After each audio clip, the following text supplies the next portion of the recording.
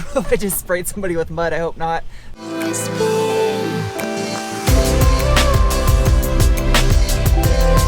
Hello, people of the world of internet activity. Is your favorite frigid popsicle Sarah here with an all-new vehicle review. Today I am out in Sedona, Arizona with the all-new 2023 Honda Pilot Trailsport Edition. And this all-new redesigned Pilot is a lot more off-road capable, they say, than the last generation. So I'm gonna hold them to it and stick my head up a bull's ass instead of taking their word for it. You can tell that it's good off-road by the way that the tire is. I don't have a lift out here, so we're gonna do portable garage science. Good enough for government work. I don't think the lovely people at Honda will mind. I need this for a moment. It would have been more intelligent to stick the dirty side facing down, but I'm not that intelligent. So first things first, this does have a full-size spare tire now. It's a Steely, but it is the same tire as everything else. That guy right there is an all-new rear differential unit for the Pilot. It is capable of withstanding up to 40% more torque than the outgoing model. It's a twin clutch unit, so it has dual wet clutches in the RDU, and it's capable of torque vectoring 100% left to right wherever it needs that torque. Out back, you have a multi-link rear suspension, all of which, other than the knuckle, is comprised out of steel. The links are kind of neat. They're like little I-beams the way they're built. The lower ones are stamped steel. The Trailsport Edition gives you an extra inch of ground clearance over the non-Trailsport Edition models. Looks like Honda decided to go with the Australian bear size rear muffler. It's a cute little guy. This is only mildly working out as well as I thought I was going to. That's okay, it'll buff out. There's a helicopter up there. They're probably gonna see me wondering what the hell I'm doing. So they added a bunch of skid plates for the Trailsport Edition, and that, honestly, that's gotta be thicker than 10 gauge steel. Like, that is stout. This one covers the fuel tank. You can see up underneath the center of the truck here, the drive shaft's fairly straight from the transfer case all the way up front, all the way back to the rear diff. There's a little carrier bearing in the center in front of the fuel tank. There's only one transmission available with this new generation of Pilot, and it is the in-house designed 10-speed auto, which, fun fact, it is actually manufactured in Georgia in a town that has a delicious barbecue restaurant that'll actually bring you a bowl of jalapenos to snack on when you're waiting for your main entry. They also have delicious red velvet cake there as well. You can thank one of Honda's lead engineers for providing me that wonderful information for you about good barbecue in Georgia. Front suspension wise, it still utilizes a McPherson strut style design like the previous generation of Pilot. It has aluminum lower control arms, and also up front, you see this little nubbin? That right there is part of the front steel skid plate that actually has a recovery point. So you can use that location to tow this thing out if you get it stuck. Okay, it's time for the braking test. No one behind me? Ready? Oh jeez.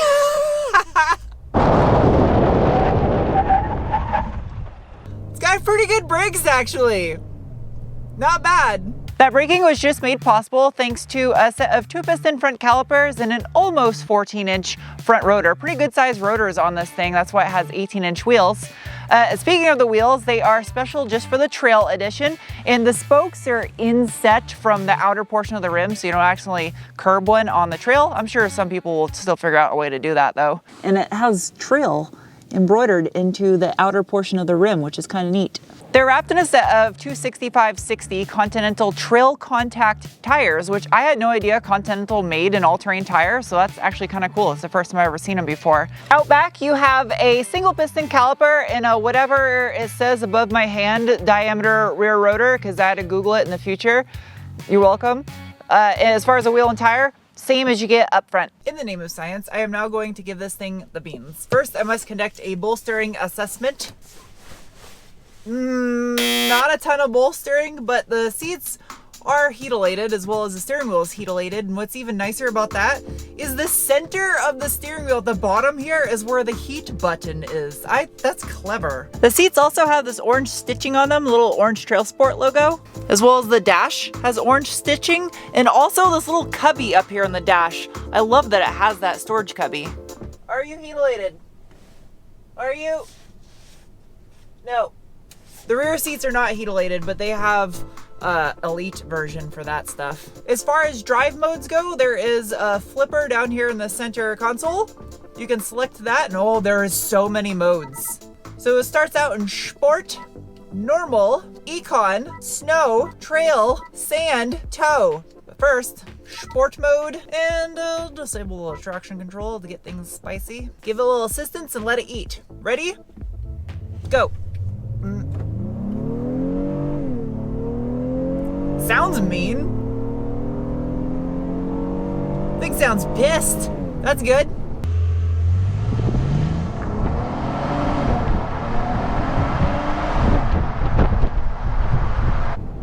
Smooth, angry sounding.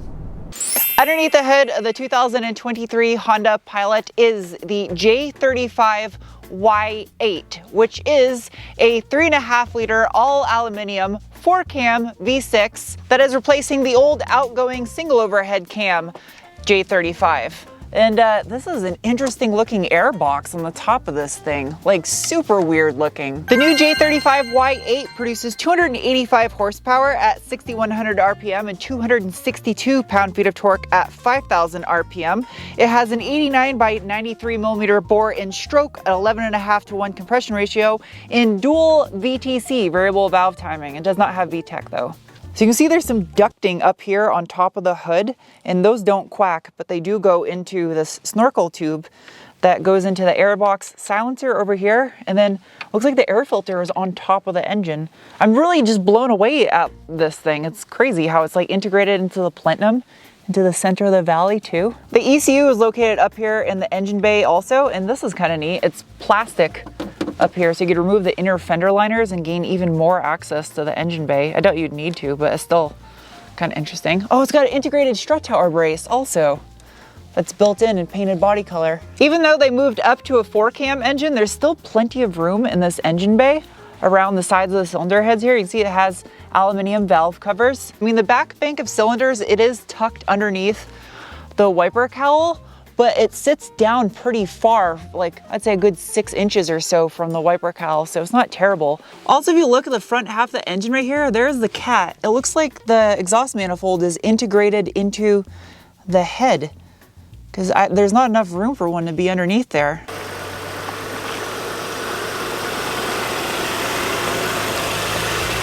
So it's actually in the evening time, and the lovely people at Honda were kind enough to let me go up solo, well, with Charlie, because this morning we had an extra pair of people trying to film a video at the same time in the vehicle with us, which doesn't make for the greatest video for you guys. So this morning when we went through all these obstacles, we were in the diffused sky blue Pilot. All the other people are out here capturing camera footage, and they're like crouched down the side of the trail, and I'm just so half tempted to slam on the horn and scare the shit out of somebody. I'm evil. Oh, this is pretty cool. Little climb of some rock stairs. Even though this is a transversely mounted drivetrain configuration, it's still capable of transferring 70% of the torque to the rear wheels, and then it can torque vector, obviously left to right, 100%. I'm gonna send it. I don't know if I just sprayed somebody with mud, I hope not. I'm really glad that they chose a trail for this event that, honestly, if I was just coming out here by myself and this wasn't an event, I would have thought this was too advanced of a trail for this vehicle. It's not something that I would take an all-wheel drive packaged family hauler up. The Trailsport does have special dampers just valved for off-roading. However, I'll have to say, on-road, they weren't too bad either. And going fast over the rough stuff, it's not bad. It really isn't bad. It's weird that this thing is as capable as it is. Well, this is a pretty cool obstacle. Angle. Well, some shit is on the dashboard.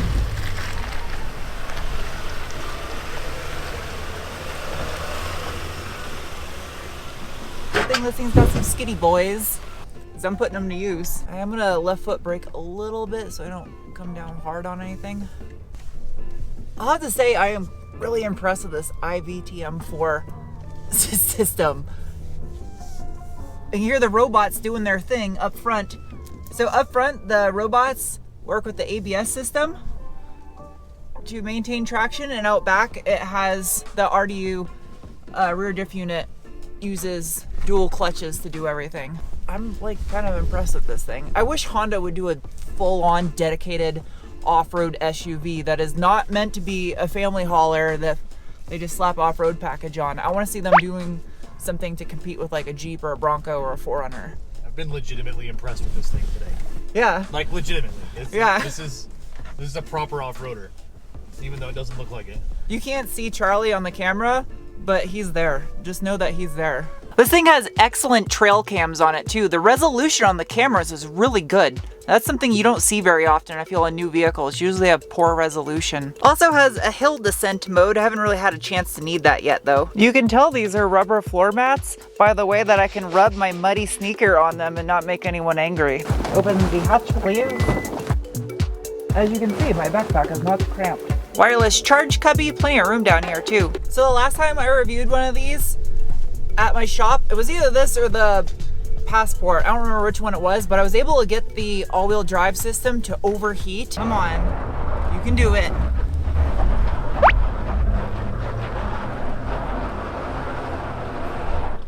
Stop driving when safe. All-wheel drive system too hot. And a lot of people had asked questions about that. I did ask the engineer about that situation, and he said with the redesigned rear diff unit and being able to handle 40% more torque. Obviously, if it can handle more torque, that's also going to help with heat dissipation. So it shouldn't be as much of an issue. That is something they took into consideration when they did the redesign on this. He explained it. There's the overheat thing isn't a diff cooler thing. Like it doesn't have a temperature sensor. It's a calculated temperature based on how much slippage the computer has seen between the clutches. So once the computer has seen a certain like delta in slippage, it's just like, okay, we've taken too much abuse, you gotta cool off. So depending on what mode you have it in, between trail and snow and sand, it will also change the amount of torque split to how much is going to the rear. And in I'm paying attention situations, it'll do a 50-50 split front and rear. And then of course you can torque vector left to right up to 100% in the rear. Up front, it's not really the same type of torque vectoring. It's a brake bias torque vectoring. So it's basically just robots playing tug of war. That's how it does it. That's science. As far as the on-road experience, I didn't really have a lot of time with it on road, so I didn't film any of that. But I will say in the sport mode, this thing was fun to drive on a windy road. It's kind of weird that this thing is capable of doing a lot of different things fairly well, and typically in a vehicle when you try to make something do everything, it usually sucks at everything, is not good at one particular thing. And I don't feel that's the case with this, because it's definitely doing really good off-road for something in this class. Way better than I think a lot of vehicles in this class actually. This is basically a glorified minivan is what the people that buy it are going to use it for. And this is not acting like a minivan whatsoever off-road. Unless you have a four-wheel drive Toyota Previa, then you're just cool. Since this wasn't really a full review, I don't know if it would be fair to give this thing some scores, but definitely if I get one at the shop, I'll put it up on the lift and do a proper mechanical review for you guys so you can really see what's underneath this thing. Anyway, I hope you guys enjoyed this video, and I will see you soon with another. Bye. Charlie and the two dudes from TFL are behind me and they got to get in the vehicle. I don't want to like leave them behind.